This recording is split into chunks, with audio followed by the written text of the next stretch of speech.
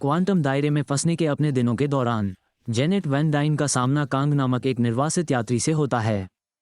वर्तमान समय में थानोस के खिलाफ एवेंजर्स की लड़ाई के बाद स्कॉट लैंग एक सफल संस्मरणकार बन गया है और अपनी प्रेमिका होप वैन डाइन के साथ खुशी से रह रहा है।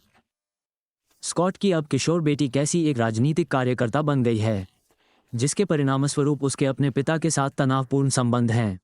होप के माता पिता हैंक, पिम और जेनेट से मिलने के दौरान पता चलता है कि वो एक ऐसे उपकरण पर काम कर रही है जो क्वांटम दायरे से संपर्क स्थापित कर सकता है।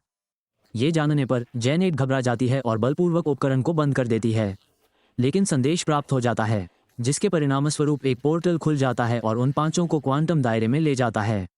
स्कॉट और कैसी को मूल निवासी मिलते हैं जो अपने शासक के खिलाफ विद्रोह कर रहे हैं, जबकि होप, जेनेट और पिम जवाब पाने के लिए एक विशाल शहर का पता लगाते हैं।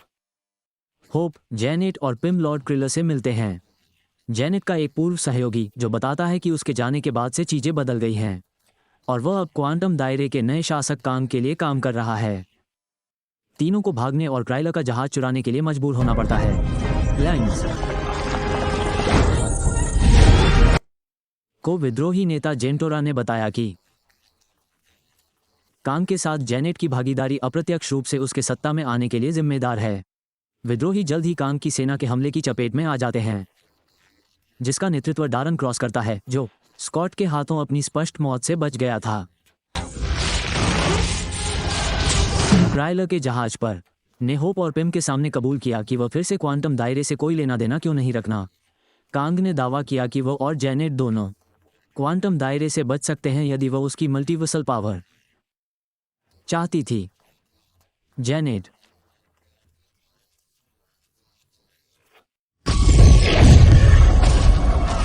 कोर को फिर से बनाने में उसकी मदद करे। मुकाबला करने से बाहर जेनेट ने अपने पिम कणों का उपयोग पावर कोर को उपयोग से परे बनाने के लिए किया।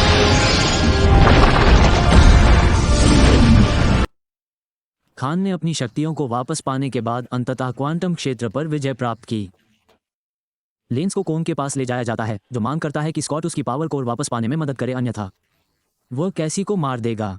स्कॉट को फिर कोर के स्थान पर ले जाया जाता है और नीचे सिकुड़ जाता है। वह लगभग अपने ही रूपों के समुद्र में डूब गया है, लेकिन आशा आती है और उसे पावर कोर हासिल करने में मदद करती है। हालांकि कोंग रीनेग्स सौदे पर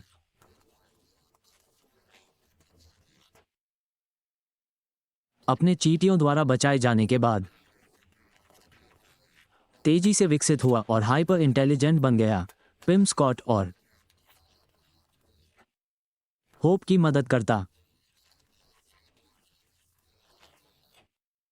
है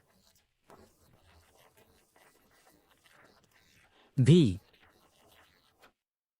जेनेट पावर कोर को ठीक करती है क्योंकि वह पिम, होप और कैसी एक पोर्टल के माध्यम से घर के लिए कूदती है, लेकिन कोंग स्कॉट पर हमला करता है, उसे लगभग तब तक पराजित करता है जब तक कि होप वापस नहीं आ जाती, और स्कॉट के साथ मिलकर वे पिम कणों के संयोजन से पावर कोर को नष्ट कर देते हैं और कोंग को उसमें डाल देते हैं, जिससे वो गुमनामी में चला जाता है।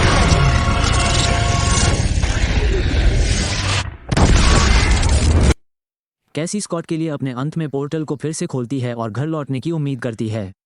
जैसे ही स्कॉट खुशी खुशी अपने जीवन को फिर से शुरू करता है, वो इस बात पर पुनर्विचार करना शुरू कर देता है कि उसे कांग की मौत के बारे में जो बताया गया था वह किसी भयानक घटना की शुरुआत थी, लेकिन बीच में ही इसे टाल देता है।